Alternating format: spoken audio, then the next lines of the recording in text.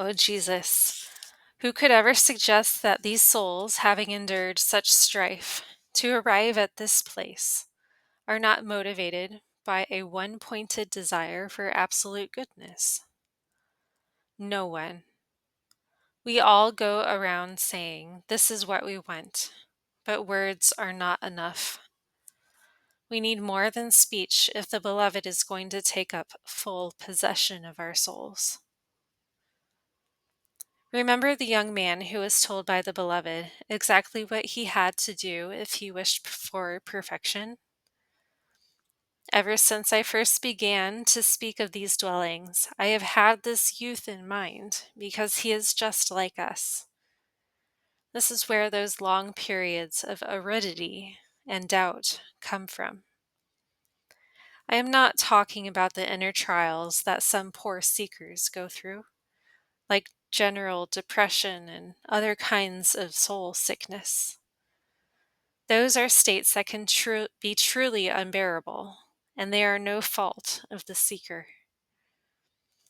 The Beloved will eventually rescue them from this kind of suffering.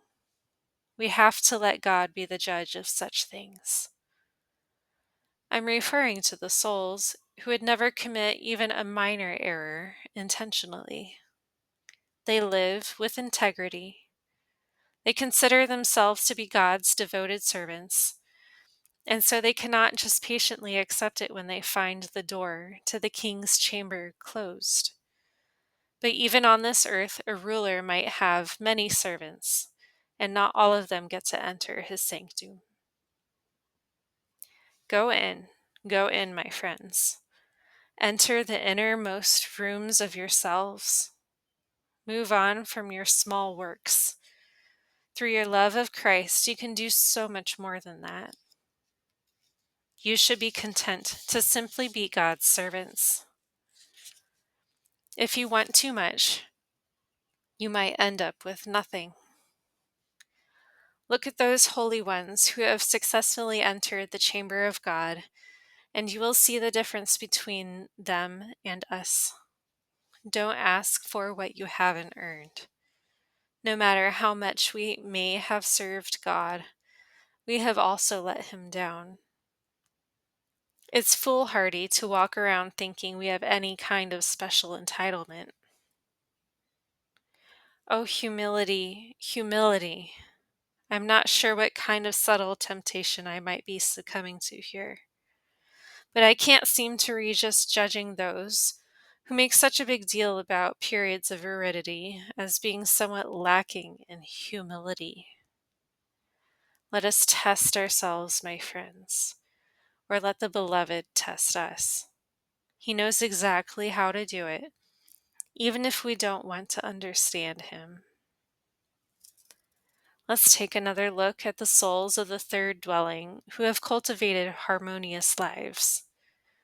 Notice all they do for God. What right do we have to complain? There's God telling us that we need what we need to do to achieve perfection. And there we are, like that young man in the gospel, turning our backs on Him and walking away sad. What do we expect His Majesty to do about that? Isn't the love He offers us proportionate to the love we bear Him? This is not a love, my friends. That is manufactured in the imagination. It is proved by action.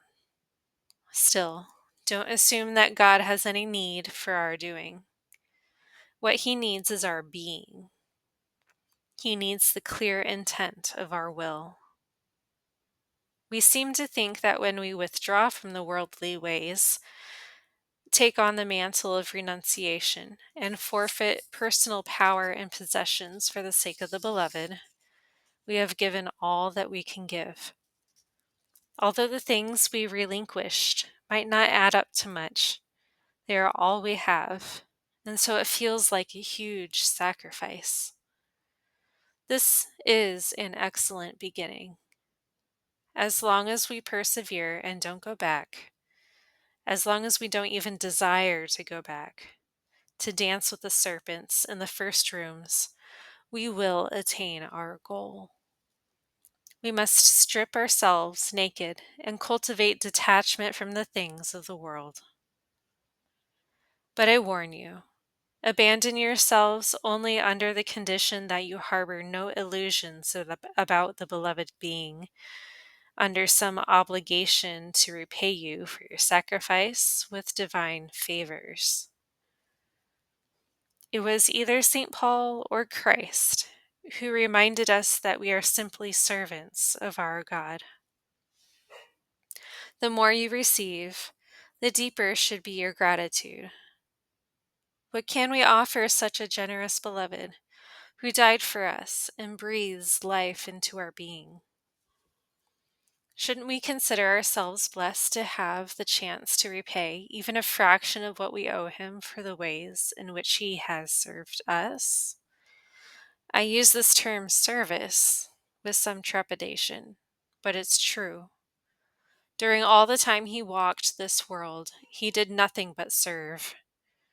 Do we have to keep asking him for more gifts, more favors? I know that I've presented all this in a jumble, friends, but I am not sure how else to explain it. Reflect deeply on these things, and the beloved will make them clear. Then periods of aridity will make you humble instead of ill at ease. Be assured that where there is humility, God will grant the peace that comes from being aligned with His will. If you do not receive specific consolations, remember that this inner tranquility yields a deeper contentment. His divine majesty gives consolations to the weaker souls among us who would not willingly exchange these tokens for the fortitude earned by those who dare to walk through the desert of the soul. We are more attracted to sweetness than we are to the cross.